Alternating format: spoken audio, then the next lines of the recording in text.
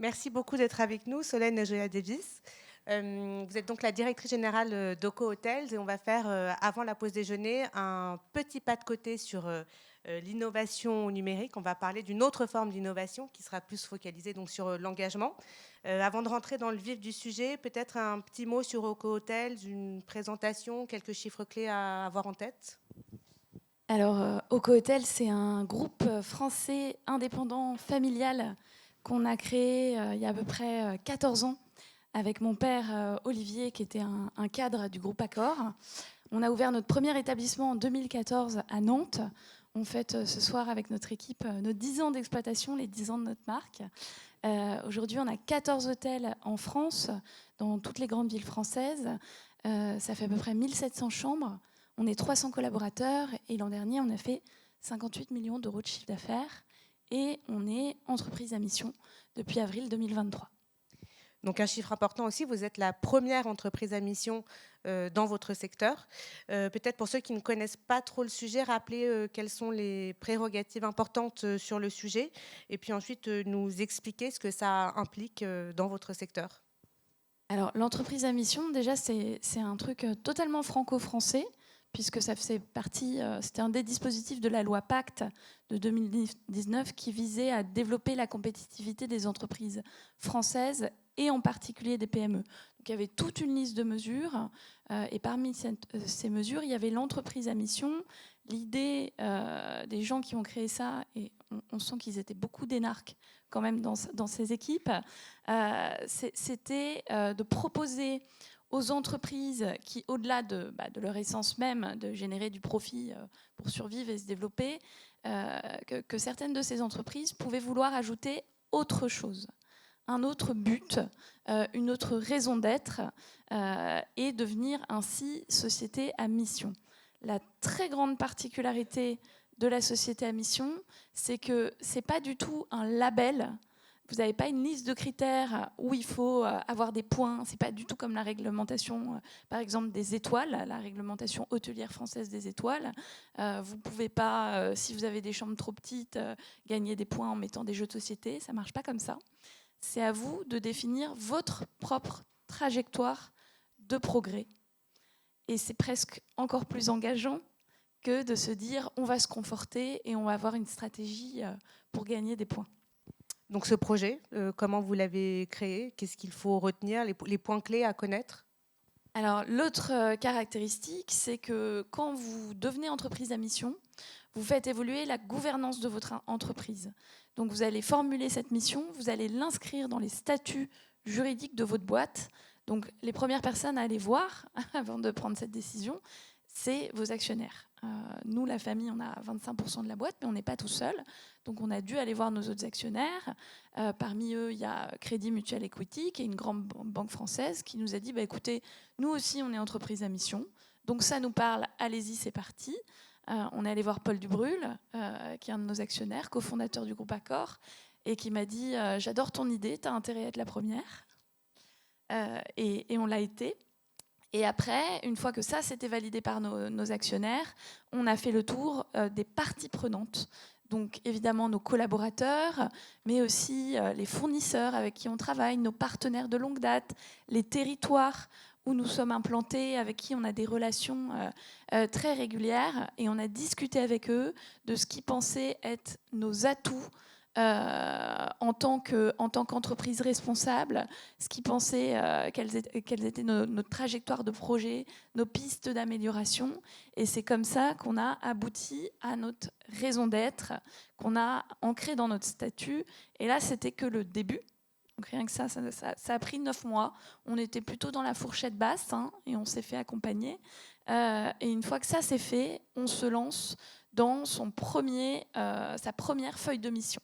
Donc on a cette mission chapeau. Donc chez Oco Hotel, je vous la fais hyper courte parce que c'est beaucoup plus long que ça.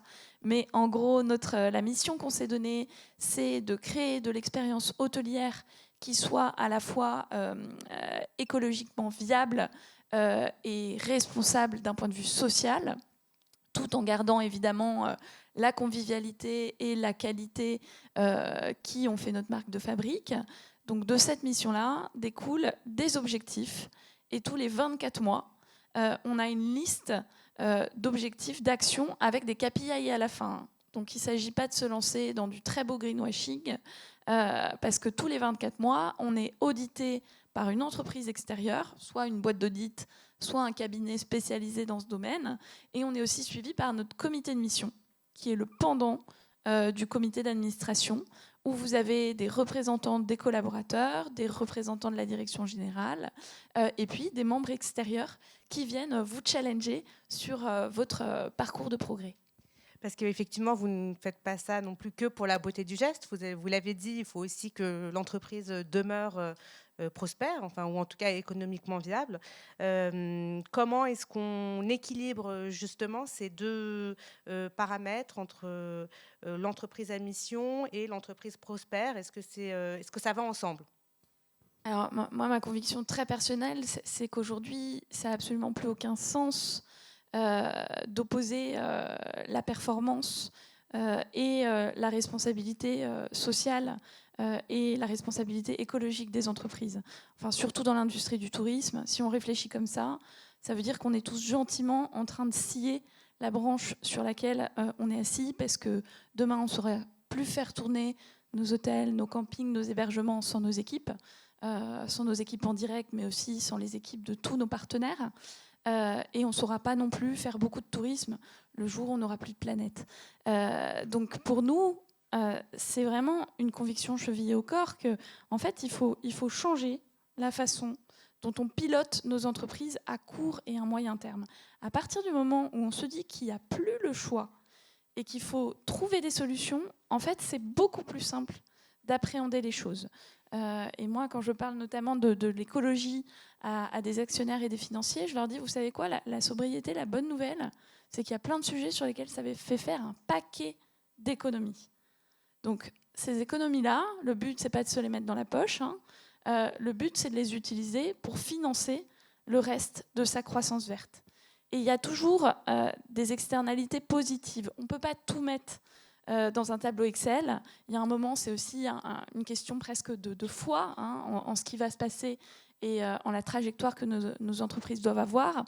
Mais je prends un exemple très concret. Nous, sur le recrutement, le fait d'être entreprise à mission, le fait d'être une entreprise socialement et écologiquement engagée, c'est un levier de folie pour notre marque employeur. On a des collaborateurs qui choisissent OCO plutôt que des grands groupes où ils seraient potentiellement mieux payés et où ils pourraient faire une carrière magnifique à l'international, parce qu'ils ont cette conviction qu'ils vont participer à quelque chose de différent. Donc quand vous avez une capacité à attirer les talents, à mieux les conserver, ça joue directement sur le compte de résultats de votre entreprise. Donc ça, c'est côté talent. Et est-ce que côté client, c'est perçu aussi, le fait d'être entreprise à mission, donc pour les clients, mais aussi les partenaires et les distributeurs, est-ce que ça change la relation? Alors, moi, ce que j'observe, c'est que d'un point de vue des territoires, qui sont nos clients aussi, hein, parce que c'est d'abord avec eux qu'on doit discuter pour implanter des hôtels, c'est quelque chose d'extrêmement positif. Parce que quand on parle de ces sujets-là, ça veut dire qu'on va jouer le rôle du local à fond. C'est ce qu'on a toujours fait, c'est ce qu'on poursuit. Ça, c'est un discours qui parle. Aujourd'hui, on se parle aussi beaucoup de la loi sur l'artificialisation des sols. Donc pouvoir dire aujourd'hui qu'on va plutôt rénover, plutôt construire du bas carbone, ça parle aux territoires, aux municipalités. Pour le client final, ça marche super bien pour le client corporate. Ça marche super bien pour les grands événements internationaux. On nous demande de plus en plus d'apporter des preuves de ce qu'on met en place, que ce soit les travel managers ou les grandes organisations. Là où on est plus réservé, c'est sur le client individuel. Donc nous, aujourd'hui, on fait à peu près 45% de notre chiffre d'affaires en direct. Donc ces clients-là, on arrive à leur expliquer notre engagement et peut-être que ça compte dans leurs critères de choix. Là où on est très frustré, c'est sur les agences de voyage en ligne. Mais d'ailleurs, Booking vient de se faire taper sur les doigts parce que leur petite feuille verte, tout le monde s'est rendu compte que ce n'était pas très, très crédible. Donc nous, on est en lobbying sur le fait que l'engagement social et sociétal des entreprises soit reconnu par les distributeurs. J'ai vu dans le listing qu'il y avait des gens qui représentaient la direction générale des entreprises. Si vous êtes à l'écoute de ce type de problématique, je serais ravie qu'on en parle. Vous avez fait passer le message, je crois. Pour revenir sur le sujet de l'innovation, qu'est-ce que ça change le fait d'être entreprise à mission dans la conduite de projets innovants? Est-ce que vous avez fait évoluer vos process ou non, ou de quelle façon? Ce qui est fabuleux et qu'on n'approchait pas bien au début, mais maintenant on est vraiment à fond dans cette optique, c'est que souvent quand on parle de ces sujets-là, c'est ce qui vient en bas de la to-do list. Donc on se dit, bah, on le fera quand on aura le temps, quand on aura les moyens, ce qui est évidemment une très mauvaise approche quand on veut prioriser ça. La société à mission, ça nous a donné une méthodologie, une façon de travailler.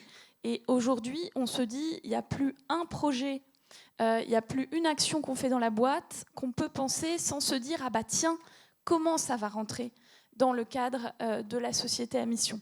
Après, ça demande une très forte communication en interne. C'est encore de nos challenges, un des sujets sur lesquels il faut qu'on avance. C'est sûr que pour l'équipe du siège, les équipes de direction des hôtels, c'est devenu quelque chose de très concret.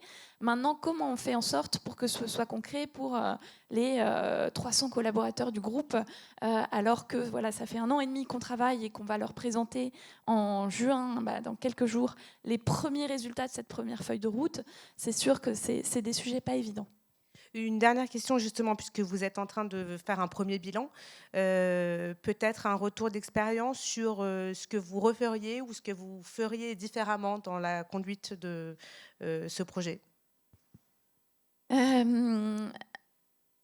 Peut-être communiquer de façon plus claire, notamment à nos équipes, sur le fait qu'il y a beaucoup de choses à faire et on ne fera pas tout d'un coup. Nous, l'objectif qu'on s'est donné, c'est quand même la neutralité carbone. Donc, c'est ambitieux. C'est ultra ambitieux. Mais ceci étant, c'est un peu cohérent avec les accords de Paris aussi. Donc, on aura bientôt tous ce problème, surtout avec la CSRD. En tout cas, voilà, beaucoup de nos collaborateurs nous ont dit « Ok, super, il y a tout ça comme liste, mais on n'est pas encore à l'objectif. » Oui, ça va se faire par étapes.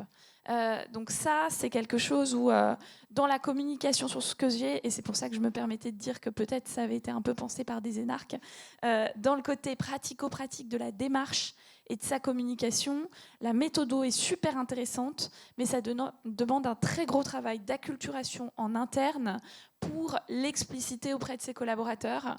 Et donc, il y a à la fois ce qu'on imagine de façon hyper intellectualisée au sein des comités d'entreprise et des comités de direction, et puis il y a ce que le réceptionniste face à son client peut dire de la démarche.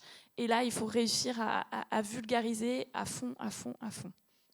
Donc de la pédagogie et de la patience. De la pédagogie, de la patience, de la formation et l'acceptation que voilà, même cette démarche d'explication, elle peut prendre du temps et c'est OK. Merci beaucoup pour ce retour d'expérience. Merci à vous.